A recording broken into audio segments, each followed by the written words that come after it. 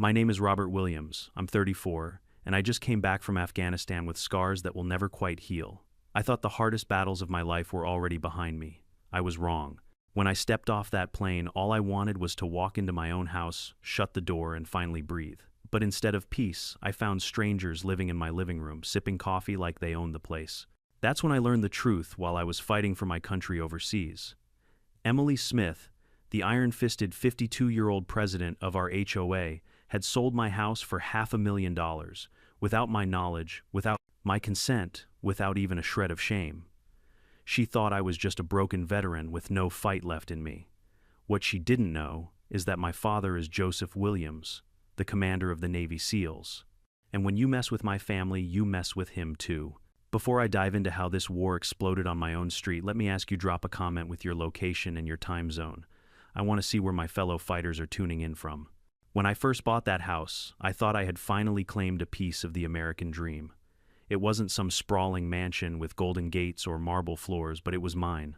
A modest 3-bedroom brick home with a little front porch where I could sip coffee in the mornings and a backyard big enough to grill steaks with my buddies when I came home from deployments. The walls smelled like fresh paint when I moved in, and I had proudly planted a flagpole out front the very next day, raising the stars and stripes high. I remember the neighbors waving, some of them genuinely friendly, others sizing me up with the usual suburban curiosity. But then there was her Emily Smith, the HOA president, 52, with her pearl necklace, her stiff posture, and that permanent look on her face, like she'd just smelled sour milk. She was the kind of woman who didn't greet you so much as she inspected you.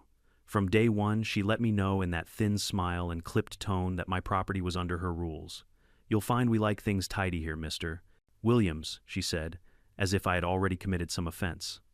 "The HOA exists to maintain harmony." Harmony. What a joke. Still, I was young, proud, and about to ship out again. I told myself not to get into neighborly politics. After all, I had bigger worries like roadside bombs in Afghanistan. So I signed the HOA papers, paid my dues, and minded my own business. Life in the military doesn't leave you much time to fuss over shrubs and paint colors. I left my house in order, kept the lawn trimmed before deployments, and trusted that when I came home everything would be as I left it. It wasn't just a property, it was an anchor. When you're over there in the dust and heat, not sure if the next day will be your last, you need something back home to hold on to. For me, that was my house. But Emily Smith didn't see it that way. The longer I lived there, the more I realized Emily ran the HOA like her own private kingdom. She wasn't just checking lawns, she was collecting power. Every letter about some violation, every fine she slapped down, it was like another reminder that she believed she owned us. Neighbors whispered that she had a habit of targeting people she didn't like, and if you stood up to her, she'd make your life hell. I should have seen it coming. When I was injured in Afghanistan, shrapnel tearing through my leg during a firefight, I didn't think about the HOA for even 1 second. I thought about surviving, about making it back. I was discharged medically and told I'd done my duty. But the moment I stepped off that plane back in the States, I thought of one thing: finally going home. Except home was already gone. Looking back now, I wonder if Emily had been circling my house like a vulture from the moment I left. She saw an empty property, knew I was overseas, and figured no one would question her. In her mind, it was perfect. She could declare the house abandoned, file the right papers, and cash in. What she didn't know is that every nail in that house represented sweat and sacrifice. I had worked extra shifts before deployment just to save for the down payment. I had bought that place because I wanted stability after years of bouncing around bases. For Emily, it was just another asset on a ledger. For me, it was the only thing that reminded me life could be normal again. But Emily thrived on control. She would send violation letters for the pettiest things. My buddy, who looked after the house once, got fined because the grass was a half-inch taller than regulation. Another neighbor told me Emily demanded he repaint his shutters 3 different times because she didn't like the shade of blue. This was her empire, and I was an easy target. She probably thought I wouldn't fight back, a wounded soldier limping home with a duffel bag, more concerned about rehab than legal battles. To her, I was just another pawn on her chessboard. But what Emily didn't realize, what no one in that HOA realized, was that I was not alone. Behind me stood my father, Joseph Williams, a man who had faced pirates, terrorists, and warlords. A man who commanded SEALs like other people commanded weekend softball teams. A man who, even in retirement, carried the weight of authority in his voice. Before I get ahead of myself, though, let me tell you, when I came back, I wasn't planning on starting a war. I just wanted peace. I wanted to heal. I wanted to sit on that porch, look out at the street I once defended with pride, and tell myself it had all been worth it. Instead, Emily Smith took that from me. And here's the part that really burns. While I was patching up wounds thousands of miles away, she had been signing papers selling my house for $500,000. $500,000. To her, it was just business. To me, it was theft. It was betrayal. It was war. You'd think an HOA president would be cautious, careful, maybe even grateful to have a veteran in the neighborhood. But not Emily. She saw opportunity. And like every tyrant, she underestimated the one thing: she couldn't control what happens when you push a man too far. When I first learned what she did, my blood went cold. I stood on the curb with my crutch, watching strangers pull their car into my driveway. The garage where I used to keep my motorcycle was now filled with someone else's boxes. The flagpole gone. Emily had ordered it taken down, claiming it wasn't in compliance. The humiliation was suffocating. To fight overseas only to lose everything at home, it felt like betrayal from my own soil. That night, I sat in a motel room staring at the ceiling, pain throbbing in my leg, anger burning in my chest. I didn't even have to call my father. He showed up the next morning. Somehow, he always knew when his son was in trouble. He walked in, saw me sitting there with my head in my hands, and said just 6 words: "Who do I need to talk to?" And that was the moment the battle lines were drawn. I don't think anything in combat prepared me for the sight of strangers living in my own home. Afghanistan had taught me to expect the unexpected, but this was a battlefield I never imagined, one paved with picket fences and manicured lawns.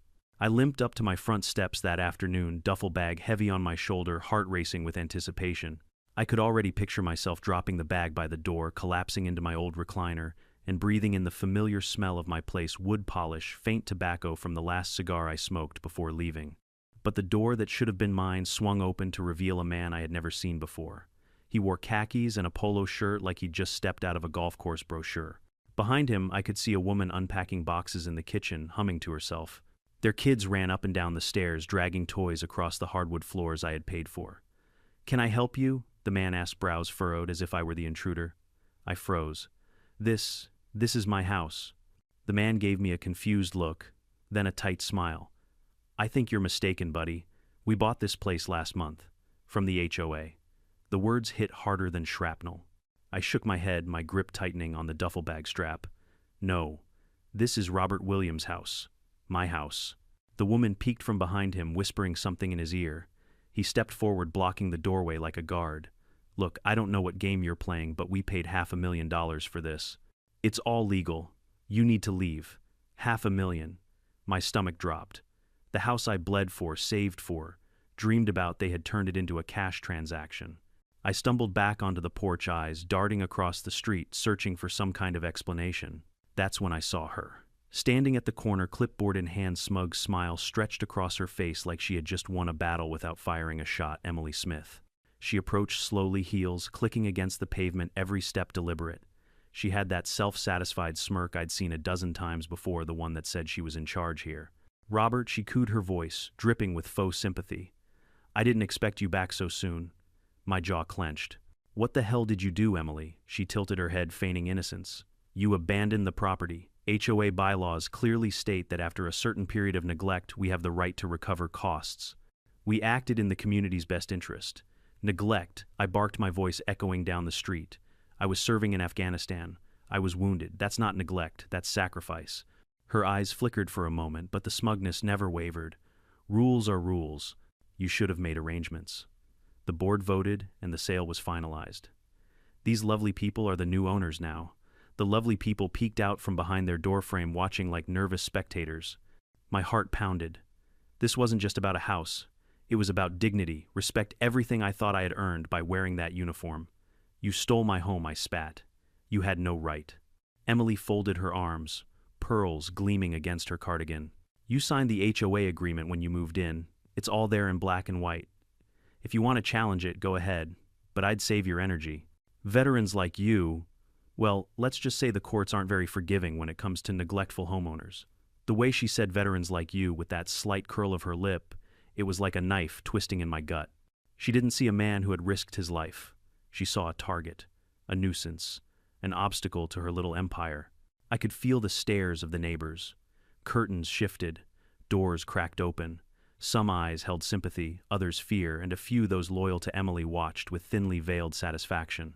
I wanted to scream, to push past that smug face, to drag my belongings out of that house and reclaim what was mine. But the truth hit me like a freight train legally. She had already made her move. My knees felt weak. I dropped the duffel bag onto the grass and stared at the house that once held my life. The flagpole I had planted gone. My furniture gone.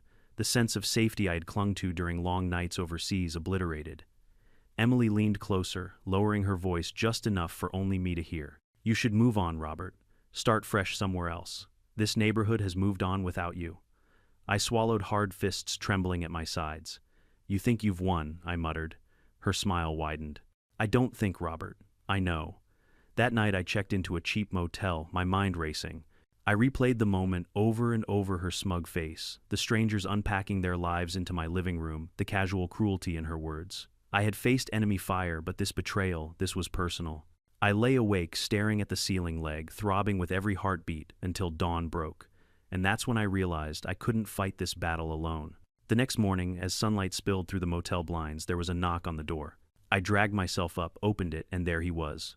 Joseph Williams, my father. Tall, broad-shouldered, with a presence that filled the room before he even stepped inside. His hair was gray now, but his eyes still carried that steely intensity that once made enemies scatter on sight. He looked at me, really looked, and in that moment, he understood everything without a word. "What happened?" he asked, his voice calm but commanding. I told him. Every detail. The strangers in my house, Emily's smirk, the sale, the humiliation. He listened in silence, arms crossed, jaw set like stone. When I finished, there was a long pause. Then he said 6 words that would change everything. "She has no idea who we are." And just like that, the battlefield shifted. This wasn't just Robert Williams, the injured veteran, against Emily Smith, the HOA tyrant. This was the Williams family, me and my father, a Navy SEAL commander, preparing to take on an empire built on fraud and arrogance. And for the first time since I'd come home, I felt something stir inside me again. Not despair, not helplessness, but resolve. Emily Smith had started this war. She thought it would be easy. But she had no idea the storm that was coming for her. If you've never walked into an HOA meeting, let me tell you, it's less like a gathering of neighbors and more like a courtroom drama mixed with a bad reality show. Plastic chairs lined up in neat rows, fluorescent lights buzzing overhead, and a long table up front where the board sits like kings and queens of suburbia. Except in this court, the judge, jury, and executioner all wore the same smug expression, Emily Smith. I limped through the doors of the clubhouse that evening, crutch in hand, fury in my chest. The moment I stepped in the room fell into an uneasy hush. Whispers fluttered like nervous birds. Everyone knew what had happened, or at least Emily's version of the story. She sat at the center of the long table, gavel in hand, pearls glinting beneath the cheap lighting. To her right and left sat the board members, 3 men and 2 women, faces blank, eyes shifting nervously. They weren't leaders, they were puppets, and Emily held the strings. "Well, well," she said, tapping the gavel lightly, her voice carrying across the room. "Look who decided to join us. Mr. Williams, the absentee homeowner." The words cut deep. Absentee. As if I'd been vacationing in the Bahamas, not dragging myself through dust and blood halfway across the world. I steadied myself on the crutch and took a step forward. "This isn't your clubhouse, Emily. This is my neighborhood, and that was my house you stole." Gasps rippled through the audience. Some neighbors shifted uncomfortably. Others dared to meet my eyes with sympathy. But Emily didn't flinch. She leaned back in her chair, folding her arms. "Mr. Williams," she said, her tone dripping with condescension, "you signed the same agreement everyone else did. You failed to maintain your property. You failed to pay fines. You failed to communicate. The board acted within its rights. The matter is closed." "Closed," my voice cracked louder than I intended. "You sold my house while I was fighting for this country. You call that closed? That's theft." Her lips curled into that infuriating half smile. "The rules don't make exceptions for soldiers, or heroes, or whatever title you want to claim." I slammed my crutch down so hard the sound echoed like a gunshot. "You sit here parading around as a leader, but you're nothing but a thief hiding behind paperwork. You betrayed me. You betrayed this community." The room erupted in murmurs. I caught snippets. "He's right, that's not fair. Careful, she'll find you next." Emily banged the gavel. Order, order in this meeting, but her voice didn't have the control it once did. I could see cracks forming in her armor. A man in the back stood up, Mr. Jenkins, a retired schoolteacher, who'd always waved at me before deployments. Emily, you can't just dismiss him. He served our country. We should be finding a way to help him, not punish him. Emily's eyes narrowed venomous. Mr. Jenkins, you're out of line. No, I barked, pointing a finger at her. You're out of line. You think you can bully this neighborhood into submission, but you made a mistake. You came after the wrong man. Her cheeks flushed. For the first time, I saw a flicker of something in her eyes. Fear. No, not yet. But unease. You want to fight this, she said, leaning forward, her voice low and sharp. Good luck. We've got lawyers. We've got bylaws. We've got the support of this community. You don't stand a chance. I let out a bitter laugh. Lady, I've faced enemies who wanted me dead. You think a stack of bylaws is going to scare me? Gasps and scattered applause broke out before Emily silenced them with another slam of her gavel. Meeting adjourned, she snapped, standing up abruptly. This discussion is over. But the discussion was far from over. As the board members shuffled their papers and hurried out, I hobbled closer to the table, locking eyes with Emily. She tried to step past me, but I blocked her path. This isn't finished, I said, voice low, steady. You haven't just broken rules, Emily. You've broken the law. And I will prove it. Her smirk returned, though thinner now, less confident. Prove it, then she hissed. But when you lose, and you will lose, don't expect pity. Not from me, not from anyone. I wanted to scream to call her every name under the sun, but I didn't. Instead, I let silence hang between us, let her stew in the knowledge that I wasn't backing down. Because the truth was, even as much as her words burned, I had already decided I was going to war. When I stepped outside, neighbors clustered in groups, whispering, glancing my way. A few came up quietly. She's gone too far this time, one woman muttered. I tried to fight her once, a man said, shaking his head, but she buried me in legal fees. Be careful. Their warnings didn't scare me. They fueled me. Every whispered fear, every story of intimidation, it all painted a picture of a tyrant who had ruled unchecked for too long. Emily Smith might have stolen my house, but she had also given me something else purpose. That night back at the motel, my father sat across from me, arms crossed, expression grim but steady. So he said, you went to the meeting. Yeah. I rubbed my temples, the anger still raw. She laughed in my face. She thinks I can't touch her. Joseph leaned forward, eyes like steel.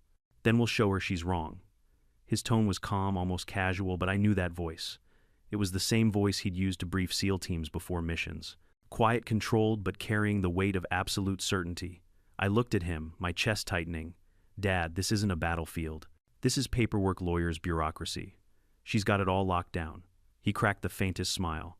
Robert, every battlefield has rules. You just have to know how to bend them. And trust me, this is a mission we can win. For the first time since I stepped back into that cursed neighborhood, I felt something new. Hope. But more than that, determination. Emily Smith wanted a fight. Now she was going to get one. And this time I wasn't fighting alone. My father didn't raise his voice. He never needed to. The weight of his presence did most of the talking.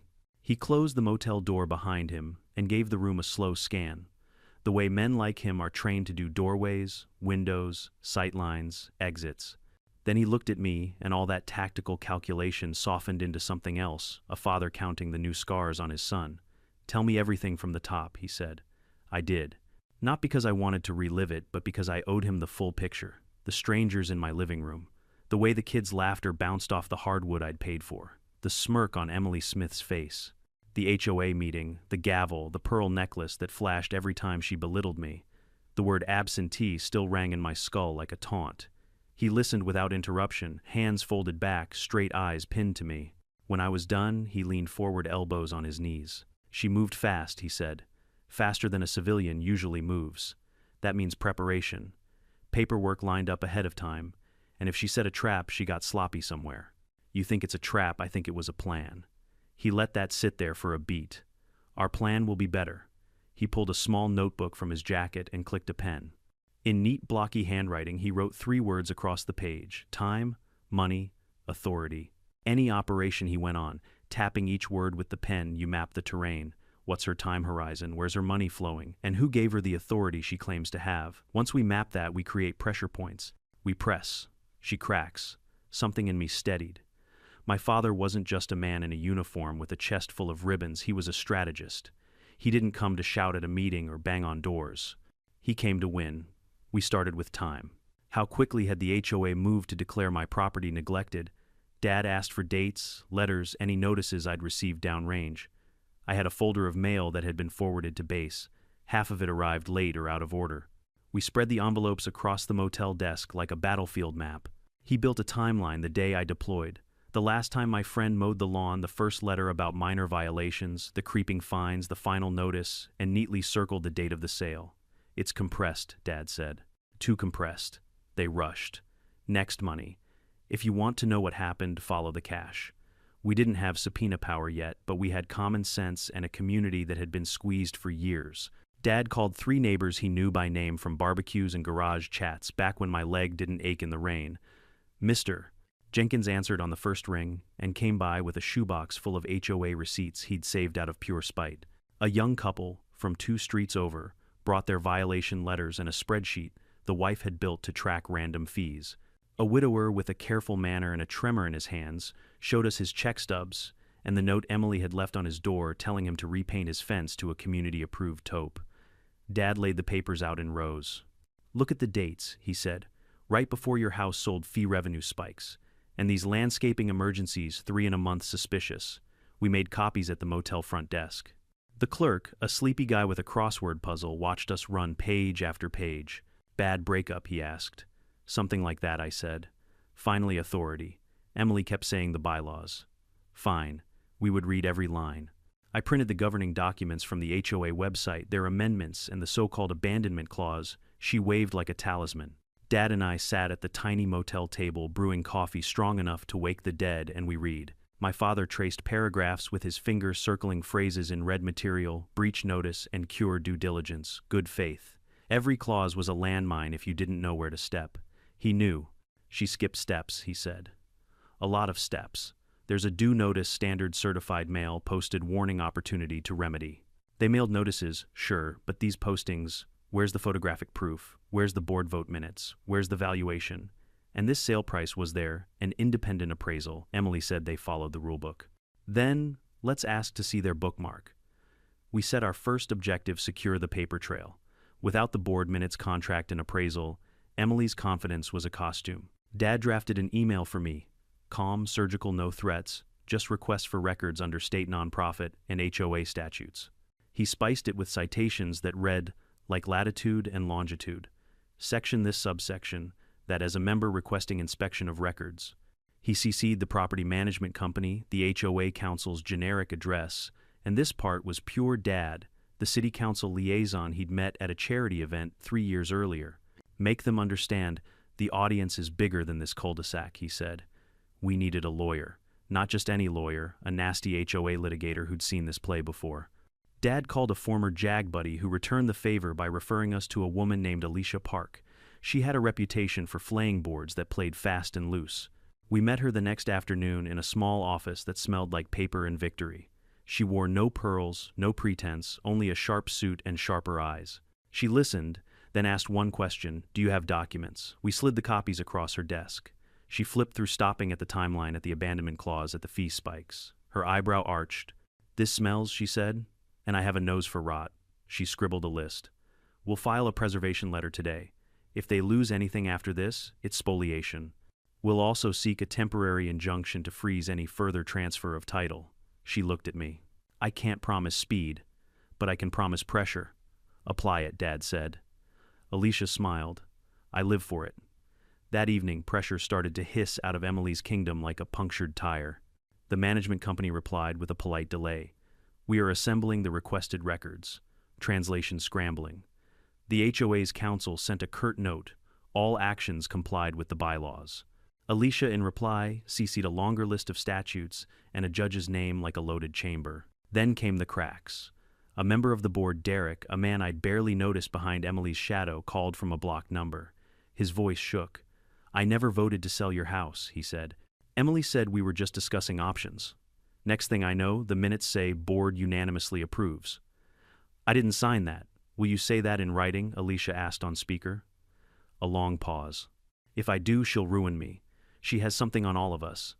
Dad leaned toward the phone. Son, I don't scare easy, and I don't let good people stand alone. You tell the truth, and we'll stand in front of you if she tries to swing. Silence. Then a breath. I'll email you what I have, Derek whispered. Check your inbox tonight. He did.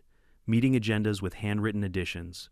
A draft abandonment report created before the inspection date. An appraisal summary with the name of a company that, when Alicia searched, shared a mailing address with a cousin of Emily's. The kind of coincidence that makes prosecutors perk up. Dad and I walked the neighborhood the next morning. He moved like he always did, casual but aware. People approached in clusters, voices low, like talking to us might set off an alarm. We listened more than we spoke. Stories poured out: fines for invisible dandelions, threats for holiday lights, compliance photos taken through bedroom windows. A woman cried, describing the time Emily told her late husband's memorial bench clashed with the design palette. "They're afraid of her," I said. "They've been taught to be," Dad replied. "Tyrants start with small humiliations. By the time they get to theft, everyone's too tired or too scared to scream." That afternoon, we attended another HOA meeting, not for fireworks, just reconnaissance. We took seats in the back. Emily scanned the room, saw us, and straightened her spine. She banged the gavel. "Before we begin, I will address the rumors," she declared. "The board acted within its rights in the matter of Mr. Williams' property. We will not be intimidated. We will not be harassed." Dad's phone buzzed. Alicia had filed the injunction. A process server stepped into the room like a ghost and handed Emily a packet mid-sentence. The gasp that rolled through the clubhouse was better than caffeine. Emily froze, fingers tightening on the papers. "What is this?" she snapped. "Your audience," Dad murmured to me, just got larger. Emily tried to bulldoze ahead, but the packet weighed more than paper. Questions rose from the seats. What vote? Where are the minutes? Why did landscaping fees triple? Why does the appraisal company share your cousin's address, Emily? She slammed the gavel. Out of order, but order wasn't hers anymore. We left without grandstanding. This wasn't the showdown, this was erosion. Let the tide pull at the pillars. Let the foundation whisper before it screams. Back at the motel, Dad set a new list on the table: title chain, verify recording dates and notary stamps. Management contract, scope of authority during owner deployment. Inspection logs, who entered my property and when. Email preservation, demand board members' communications on personal accounts. Witness prep, Mr. Jenkins' widower, young couple Derek. I stared at the list and felt an unfamiliar sensation, purpose, lifting the weight on my chest. My father hadn't come to rescue me with bravado. He had come to teach me how to fight a different kind of war. That night, sleep found me before anger could. When I woke, the ache in my leg was still there, but it felt less like a chain and more like a reminder. I had survived worse. I would survive this. Alicia called at 9 a.m. Judge granted a temporary freeze on any further transfer or encumbrance, she said. We have a hearing date in 2 weeks. Also, the management company found partial minutes. They're interesting. How interesting, I asked. They show a discussion on abandonment, no recorded vote, and an addendum page that doesn't match the formatting of the others. Meaning, Dad said. Meaning someone fabricated after the fact. Meaning potential fraud. Dad exhaled slow and measured like a diver settling under pressure. Then we're moving from civil to criminal. I looked at my father. He didn't smile, didn't gloat, didn't deliver a movie line. He just nodded as if a coordinate he'd been marching toward had finally appeared on the horizon. "Robert," he said, "we're past the halfway point. Don't flinch now." I wouldn't. Emily Smith thought she could sell my home and bury me under paper. She was about to learn that paper cuts both ways and that some families come with edges she couldn't see.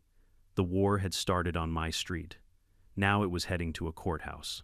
And standing beside me was a man who'd led teams through darker doors than this. We were ready to knock. They say pressure makes diamonds. But in my neighborhood, pressure cracked the mask Emily Smith had been wearing for years. My father and I had barely started pushing, and already her empire was wobbling. But if there's one thing I learned both in combat and in cul-de-sacs, when you push a tyrant, they don't crumble quietly, they lash out. The morning after Alicia filed the injunction, rumors spread like wildfire. At the diner near Main Street, neighbors whispered over pancakes. At the dog park, people murmured while pretending to watch their Labradors fetch tennis balls. Everyone had heard the same thing Emily got served. Papers right in front of the entire board. I tried to keep my head down, but whispers followed me everywhere. That's the soldier whose house they sold. He's got his dad with him, you know, a SEAL commander. She's finally in trouble. For years, Emily had weaponized fear, but now fear was slipping through her fingers like sand. Of course, she wasn't going to roll over. The very next day, she fired her first counterattack. I woke to find my motel inbox overflowing with emails, anonymous complaints, doctored photos of my neglected property, even a local blog post accusing me of abandoning my neighborhood and scamming the community with fabricated sob stories. The blog was run by Emily's nephew, Real subtle. I laughed bitterly and showed Dad. He scrolled through stone-faced. She's trying to shape the battlefield, he said.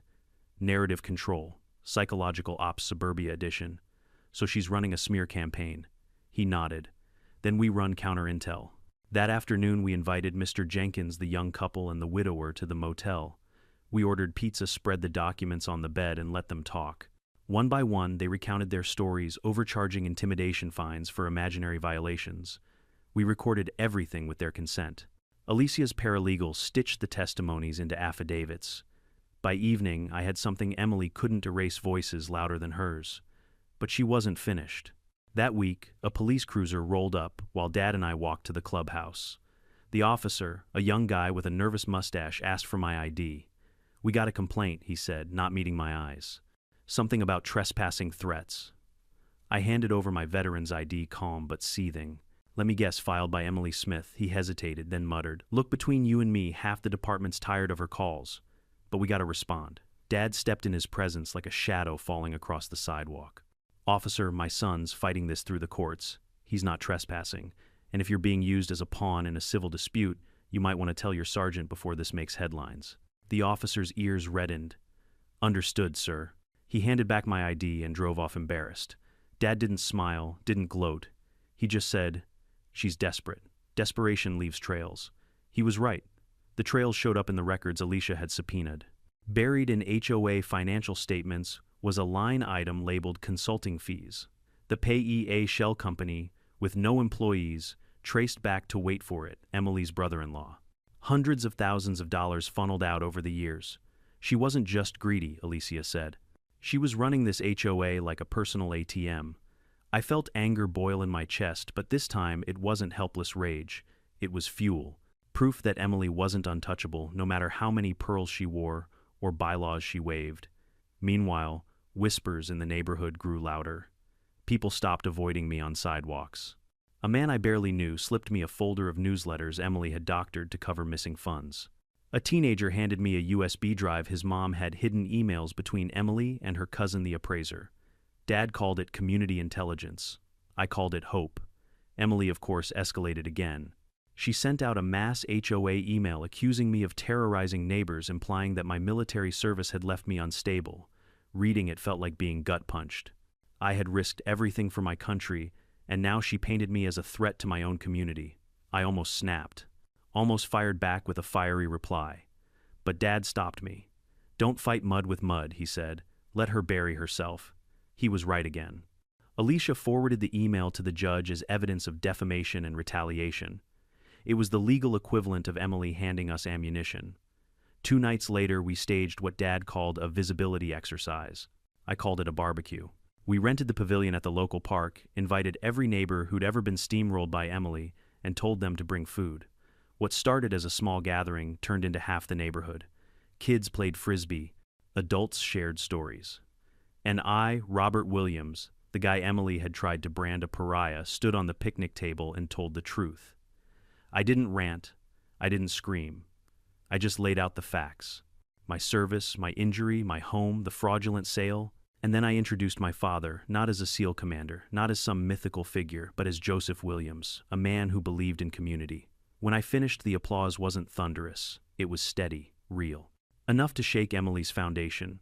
Word got back to her within hours. By morning, she fired off another HOA email calling the gathering an unauthorized assembly in violation of park regulations. People rolled their eyes.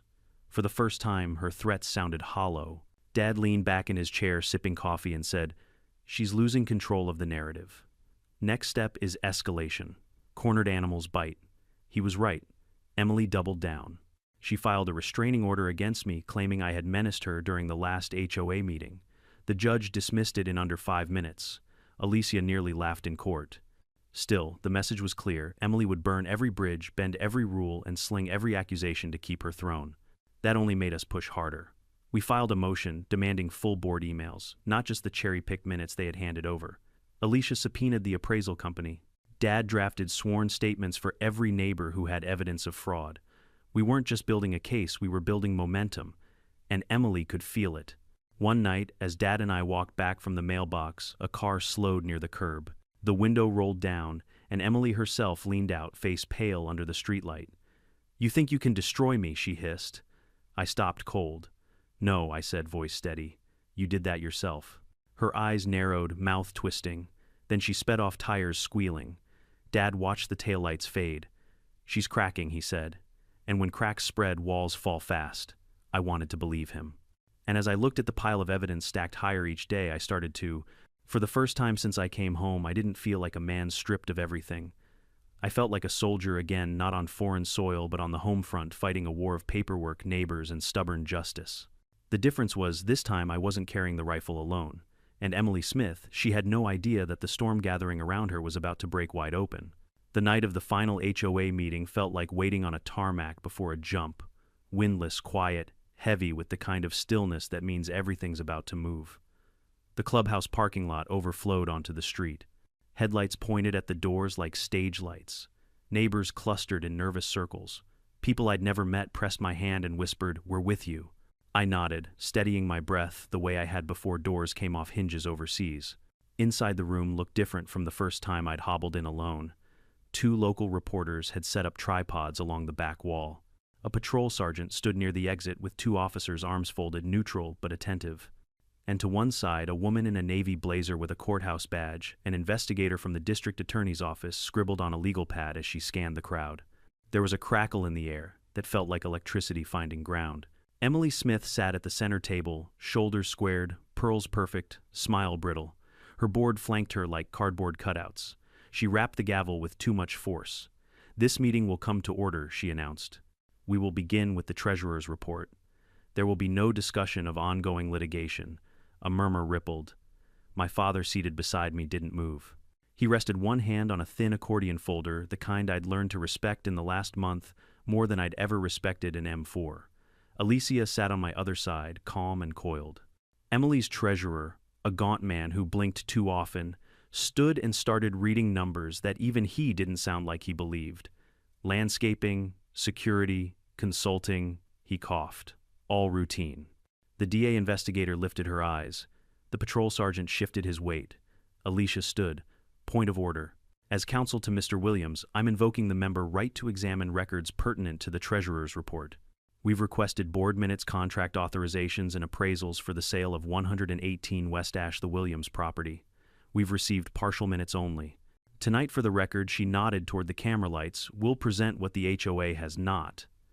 Emily's smile sharpened. "Counsel, you are out of order." My father rose before Alicia could answer. He didn't raise his voice. "Emily, please. This isn't Afghanistan, but I know a battlefield when I see one. You've had your say. Now the community will have theirs." She gripped the gavel. "Sit down, or you will be removed." The patrol sergeant didn't move toward us. He looked at Emily instead. Dad opened the folder and slid out the first document. Exhibit A, the abandonment report, drafted 3 days before the inspection date listed. We have metadata and a board member's email forwarding the draft. It proves pretext. Heads turned. People leaned forward, phones raised. Emily's smile flickered. Exhibit B, Dad continued the appraisal summary used to justify a quick sale. The appraiser is the principal of a company that shares a mailbox with your cousin's bookkeeping service. The state licensing board's copy he lifted, a second version, does not match yours. Someone touched the numbers. Gasps. The DA investigator raised her phone, snapping a photo of the header. Alicia stepped into the lane and held up copies. Exhibit C, payments labeled consulting fees routed to a shell company registered by your brother-in-law. Over $200,000 in 3 years. No invoices, no deliverables. Emily's treasurer dropped his gaze to the carpet. I stood. Exhibit D, I said, voice steady, the board minutes for the vote to sell my home. Except there was no vote. We have testimony. From the side of the room, Derek rose, throat tight. I'm a board member. We discussed options. We never took a vote. The minutes were falsified. You could feel it like a wall giving way. The room pitched. Emily slammed the gavel. Security, she hissed, but there was no security to summon, only neighbors who had stopped shrinking when she spoke. I took a breath and turned toward the crowd. This isn't just about my house. Look around. Who here has been fined for nonsense, photographed through windows, threatened in emails, hands shot up too many to count? Mr. Jenkins stepped forward, voice shaking with anger and relief. The widower lifted a hand holding a stack of letters. The young couple raised their spreadsheet printouts like banners. Alicia nodded to the DA investigator, who rose and addressed the board. As of this evening, the DA's office is reviewing potential criminal violations including forgery, fraudulent transfer, self-dealing, and embezzlement. We've issued a preservation notice. Any destruction of records going forward will be treated as evidence tampering. Emily laughed, a sharp, brittle sound that didn't reach her eyes. You can posture all you want. The sale is legal, the deed recorded. The new owners have rights. About that, Alicia said, and for the first time all night she smiled just a little. The court granted our motion this afternoon. Temporary rescission, pending adjudication, title is frozen. No encumbrances, no occupancy beyond what the court allows. And the new owners, she turned to the couple at my former doorway, have signed affidavits that they were misled and want out. They've named you Miss Smith as the party who assured them everything was pre-cleared. The couple stood from the back row, faces pale. The man raised a hand. We were told the owner was gone. We didn't know he was a veteran. We didn't know any of this. We want our money back. Emily went still, lips parting. For a heartbeat, she looked less like a queen and more like a trapped animal. She found her voice. You think you can humiliate me? You think your soldier boy and his grizzled father can march into my community? And my father stepped forward, and in that small movement was decades of command. This was never your community, he said. You borrowed it like you borrowed authority, and the bill just came due. The patrol sergeant exchanged a glance with the DA investigator. She nodded once. He moved to the end of the table with the quiet, practiced steps of a man who has done this before. Emily grabbed for the stack of papers in front of her fingers, shaking. This is a witch hunt, she snapped, eyes darting. He's a violent man. I've felt threatened. She jabbed a finger at me. He's unstable. I let her words hang. Then I said clearly, I was shot at in Afghanistan. I have nightmares I would never wish on anyone. But I can tell right from wrong. And what you did was wrong. A murmur of assent rolled the room. Alicia laid down one last page. Email from your account, Miss Smith, to the property manager. Push this through before he gets back. Deployment buys us time. You can argue context. She tapped the sender field. You can't argue headers. Emily's face drained of color. She grabbed her purse, but the patrol sergeant was already there. Emily Smith, he said, voice level, please stand up. He recited words that always sound like thunder, even when spoken softly. Probable cause, fraudulent instruments, detention pending interview. The handcuffs clicked like punctuation that had taken too long to arrive. She twisted toward the crowd. You'll regret this, she spat. All of you. I built this place. I. A boom of voices cut her off, not shouts, just overlapping statements from the people she had found belittled, surveilled. You built nothing, someone said. We did. We paid. You threatened. No more. The officers guided her toward the door. Flashbulbs from the reporters popped. The DA investigator collected copies from Alicia and slid them into an envelope with methodical care. The treasurer sank into a chair, a man finally seeing the math that mattered. The gavel lay on the table, knocked sideways, a prop nobody dared claim. For a long moment the room hovered between shock and something that felt like relief. Then Mr. Jenkins started clapping alone at first, each clap a little braver than the last. The sound spread 2 hands, 10-100. It wasn't victory music, it was release. I looked at the front of the room, at the vacant seat where Emily had ruled, at the stack of bylaws that would outlive her, at the neighbors whose shoulders had dropped an inch because they no longer feared their mailbox. I wasn't smiling. I was breathing. Alicia touched my elbow. We're not finished, she whispered. Civil recovery. Governance reform. Election oversight. This is the middle, not the end. I know, I said. And I did. The war didn't end when the shooting stopped. It ended when the ground was held, rebuilt, and made safer than we found it. My father set a hand on my shoulder the way he used to when I was a kid after a scraped knee, not coddling, just steady. You did well, he said. We did this, I answered. Outside night air met us cool and clean. Neighbors approached, not timidly now, but openly. The widower pressed a folded photo into my hand, his late wife on a bench. Emily had once called non-compliant, smiling under a maple tree. Thank you, he said. For her, I swallowed hard. You're welcome. Across the lot, a reporter called my name. I shook my head. Not yet. Tonight wasn't about a headline. Tonight was about the sound of handcuffs and gavelwood gone silent. My leg ached, but the pain felt different, less like a chain, more like a scar with a story. I looked at the clubhouse one last time. The fluorescent lights, the plastic chairs, the table where a paper tyrant had mistaken fear for respect. Tomorrow we would file motions, tally damages, draft reforms.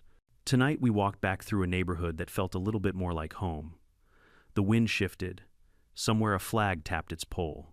I followed the sound with my eyes and saw it fresh cloth, bold stripes catching the light from a porch. Not mine. Not yet. But soon. The morning after Emily Smith was hauled out of the clubhouse in handcuffs, the neighborhood felt like it had been washed clean by a storm. For years, fear had hung over those streets like humidity. You couldn't see it, but it clung to everything. Now, for the first time, I saw kids riding bikes without parents peeking nervously through blinds. People waved without looking over their shoulders. It wasn't perfect, but it was lighter.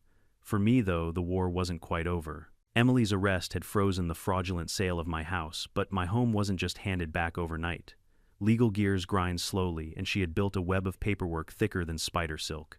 Luckily, we had Alicia, and Alicia wasn't the type to leave prey half-caught. She filed for rescission damages and restitution. In plain English, we weren't just getting my house back, we were going after every dime. Emily siphoned every fraudulent signature, every intimidation tactic. Meanwhile, the board collapsed like dominoes. The treasurer resigned within 24 hours. 2 members sent panicked emails begging to cooperate. Derek, the man who had first cracked, became a whistleblower, handing over entire thumb drives of minutes Emily had doctored. At the next emergency community meeting, this time chaired by an interim mediator from the city neighbors, voted unanimously to dissolve the old board. In its place, a transitional committee was set up to oversee fair elections. For the first time, people who had lived in fear of Emily were raising their hands to volunteer. Jenkins was nominated treasurer on the spot. The young couple agreed to handle landscaping oversight.